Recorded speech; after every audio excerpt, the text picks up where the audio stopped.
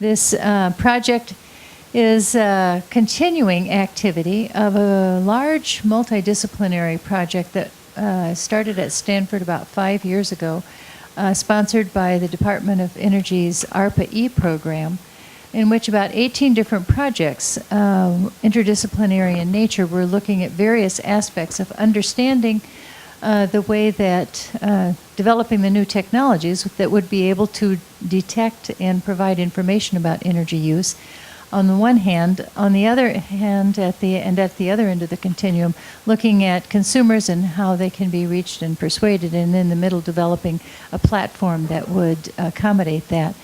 So June, I'm very happy to introduce you tonight to talk about energy segmentation. Thank you, Martha, and thank you, mediaX, for having me. So the title of what I'm going to speak about is Energy Behavior Segmentation, a little bit different than the one that's on the agenda that you have. So the content's most the same. So I'd be remiss if I went too far without saying that the bulk of this line of research is the vision and analytic skill of Professor Ram Rajapogul in civil and environmental engineering.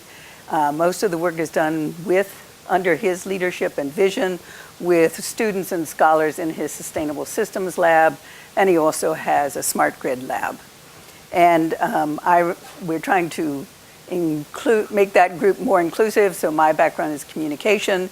These are engineers, computer scientists, electrical engineering, statistics, and environmental scientists. So what's the challenge? So much of this work is initially embedded within the context of utilities and energy service providers.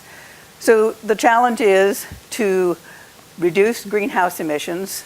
Policies are moving in that direction, public utilities commissions and so on. The next challenge is to increase the use of renewables such as wind and solar. They present particular challenges in their variability. You don't collect much solar when the sun doesn't shine or when the wind doesn't blow. And then finally, just consumers across the nation are much more interested in improving and conserving the environment as well as in reducing their energy costs. So as some examples, California has a policy now that all utilities must reduce their greenhouse emissions to 1990 levels by 2020. The renewable problem comes up also in that there are certain days of a year, particularly in hot years, where there are 8 to 10 times when peak use from AC or other things is so high that we need to use, if you would, dirtier energy. So we're trying to reduce the need to build these peak plants. And finally, just to note that consumers and customers are interested in conserving the environment. So what's the opportunity? The opportunity is smart meters. These are meters that about 9 million customers in California, well, in the PG&E territory alone, where we mostly have data from, 23% of households in the US have smart meters. That allows us to go beyond monthly aggregation of energy use, but collect it at a granular level, such as 15 minutes or hours. So we juxtapose this work to sort of more traditional segmentation work within utilities, where questionnaires are used or focus groups, where behavior is self-reported often at one point in time, and where the data, if it is used and combined with these self-report measures, is usually monthly. We could also say that the samples are small, even at 1,000 level, they're small to understand the true heterogeneity of, say, for instance, energy behavior profiles in 5 million customers. So we look at real behavior, that's your energy, actual energy consumption within a household. So it's not necessarily one individual, but it's within a household, maybe of multiple individuals. 15 minutes of hours aggregated to days or looked across individually with hours by days or weeks or seasons and so on. And we can look within patterns of use. So our goal, our initial goal is to describe the energy use patterns in a population, to think about how we can use those energy use patterns to target people to particular energy reduction or demand response programs, and how eventually we can think about how to use these profiles to develop even more improved messages to communicate with customers, like how to engage in their lifestyle to figure out their needs for energy reduction. So we look in particular at demand response programs. We look at time of use pricing and targeting for those, or thinking about how to use those, and in energy efficiency programs where utilities are often asking consumers to either switch to more energy efficient appliances or to also use tips that are behaviors and habits that they can carry out over time that will reduce their energy consumption, such as turn off lights, unplug devices, and so on. The data that we use then is from the PG&E territory, the largest utility in California. They're anonymized smart meter data. We have 8 climate zones. We have 123,000, I think we have more now, but this work is based on that, 123,000 households with 1 year of hourly data, thus making up 45 million daily profiles. So what do we do with all this data? So first, after the massive cleansing process, we then began to build a load-shaped dictionary, that is a dictionary of all of the profiles, and developing strategies that we can compress those profiles into a set of shapes.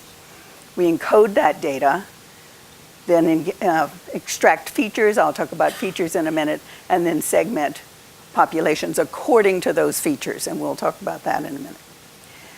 So this just gives you an example of a couple of shapes. So the red line is the actual shape that we will encode, and that shows the range of variability around that shape that we would allow.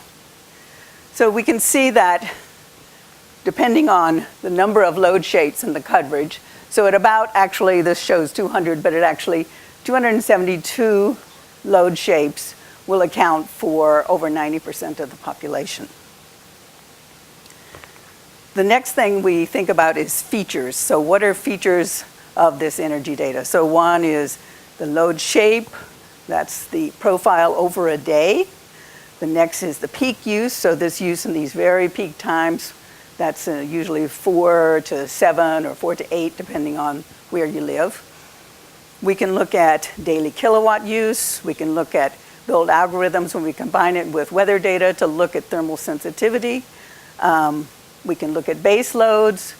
We can also look at my favorite feature, which I don't have listed here, we call entropy, and that is within a lifestyle, how many profiles do I have over a year? How many profiles can account for my actual energy use? So we can look at the top 16 profiles. So that just points out a couple of things here. This is the top 16 accounting for about 50%, 50 profiles counts for 50%. So you can see at the top of each one what percent of the profiles that accounts for. So there are a couple of things to notice here. There are a number of these load shapes that are sort of double peaks. So they're peaking in the morning, flatter or lower in the day, and peak in the evening. So you can look at number 4 or number 6 or number 7 are all peak shapes. But notice a couple of other attributes. When they actually peak, so number 6, for instance, peaks later in the day, maybe at 10 p.m., whereas number 4 peaks earlier, like at 8 p.m. So those are attributes we want to consider. So if we use definitions about when is a morning, and when is a daytime, and when is an evening, and just to be efficient, I won't tell you what those are, but the peak times of these days and the dual peak. So we can see that evening peak, which is not the night peak, so evening peak is 4 p.m. to 10 p.m., the way we've categorized it here. So about 42 to 43% of the shapes account for 50% of the usage. The next thing we can do is to look at segmenting, ways to segment by the amount of energy that's used on a daily basis. So in the lowest level of consumers, you can see about 6 shapes account for, they're 33% of the low users. These 6 shapes account for that. And you'll notice a couple of things that are interesting to me, at least, about them. So they use a fair amount in the peak hours, but the peaks are shorter. and they use very little during the daytime. So you can think of a lifestyle where people are, going to work, turning everything off during the day, or most things off during the day, and then coming home and using for a short period of time. When we look at high consumers, then we see sort of a different profile. For one thing, we see that these 6 shapes only account for 15% of the high consumers. So there's more variability in the high consumers. And you can also see they never get very low in their use. So you can sort of see by the nature of their shape how they're using. So my favorite feature is entropy. That is, across a lifestyle, how variable is it? So you can see the plot of entropy, the histogram of entropy. The average entropy is about 5.5, or 5.46. So you can see on that curve where entropy sits. So let's look at the low entropy users. So we can see that 4 shapes, so in the low entropy users, 4 shapes account for about 80% of those lifestyles. And this group is about 20% of the population. So the interesting thing, so these, we might think of these as people who are very scheduled. They do very much the same thing every day, and these are weekdays. But for low entropy users, weekends don't vary that much more. So we see a sort of standard wake up, get breakfast, whatever we do in the morning, we're returning on things, turning things off, then coming home. And there's some variability in that. But these 4 shapes account for a lot of the population of the low entropy, that is, low variable users. Then the next thing we can do is to look at both entropy and use. Entropy in low, moderate, and high, and kilowatt hour, daily kilowatt hour use. So let's take the high use, low entropy users, 10% of the population. So when we look within that group at their load shapes, there are 2 load shapes that count for over 29% of their use that have a high peak in the evening. So these would be people who we know always will have energy, are always consuming energy in the afternoons or evenings at peak times. So they might be a prime audience for targeting for automated demand response. So for those who've agreed with their utility to have a smart AC program, that is, where the utility can rule their AC at certain times of the year. Because we know they will always have demand, and we know that demand is very stable as to where it is. So we can profile those customers and be much more efficient than a random sample of the population to recruit into these sorts of programs. The next part that we move to is even more complex, where we've been talking about shapes. Now we're going to talk about lifestyles, where we cluster all these shapes, put them together in a lifestyle for a person. So I'll just give you a couple of examples here. So we yielded about 22 clusters, which, but 90% of the population can be accounted for in 7 lifestyles, 95% in 10, 100% in 22. So let's just take segment 6, which I think is fairly interesting. So you can see each of those lines accounts for the 4 top shapes that we would see in that lifestyle. So in that group, so you can see 32% of that group in that cluster would use the black shape. 28% would use the red shape. 25% use the green shape, and 3% use the blue shape. On the other hand, we can come and look at another segment. Actually, the shape is very different. But the 4 top lifestyles only account for, say, close to 50% of the number of profiles that you would see.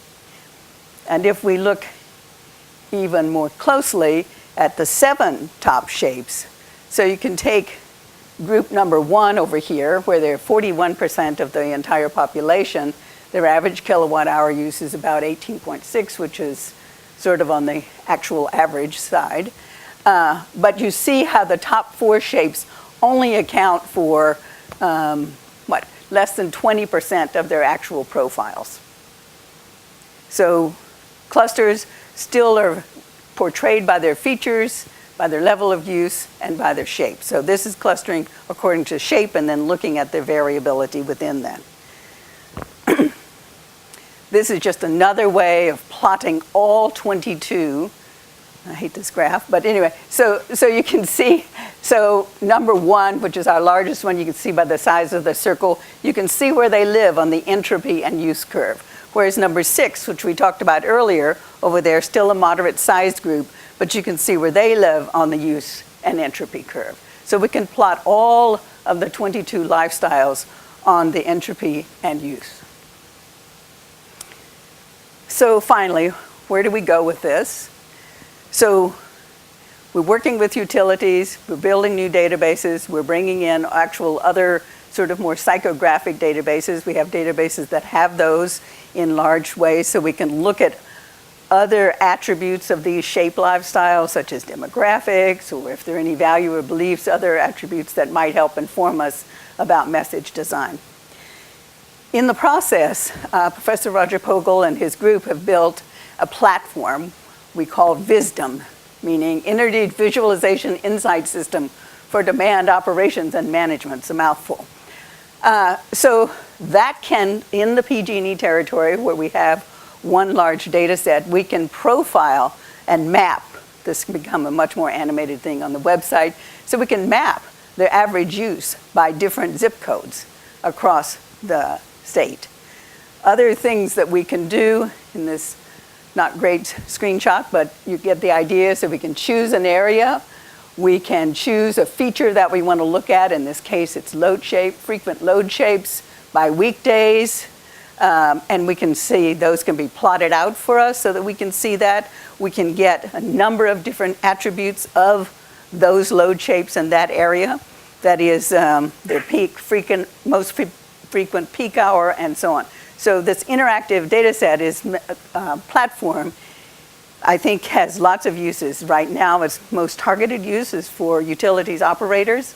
And then I think eventually program planners, researchers, and others will find this kind of use of the data, this line of research, and this accessibility and visualization of the data most useful.